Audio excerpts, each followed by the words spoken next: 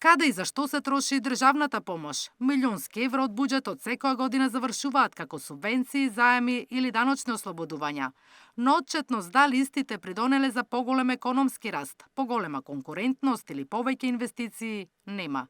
Недостасува регистар кој ќе покаже која компанија колкава помош зела и кои се ефектите од истата. Според истражувањето на Financing, најмногу буџетски средства добивале земјоделците за субвенции и приватниот сектор за инвестиции.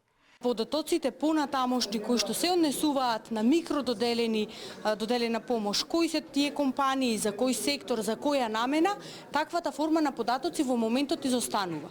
Треба да имаме листата на компании на кои биле доделени, треба да имаме колкав бил износот, која била намената, кои цели биле постигнати, за да може да точно утврдиме дали одредена програма дава конкретен резултат.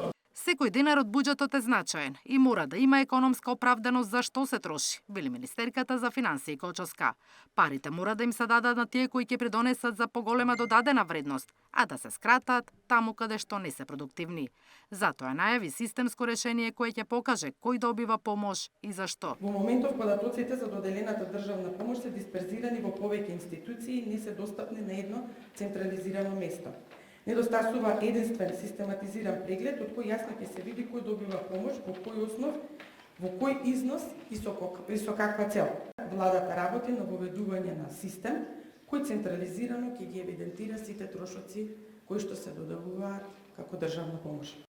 Истражувањето на Financing кој ги опфаќа земјите од Западен Балкан од 2017 до 2024 година покажува дека во 2023 во Македонија 203 милиони евра биле исплатени како државна помош, додека една година подоцна сумата достигнала 235 милиони евра или 1,5% од бруто домашниот производ.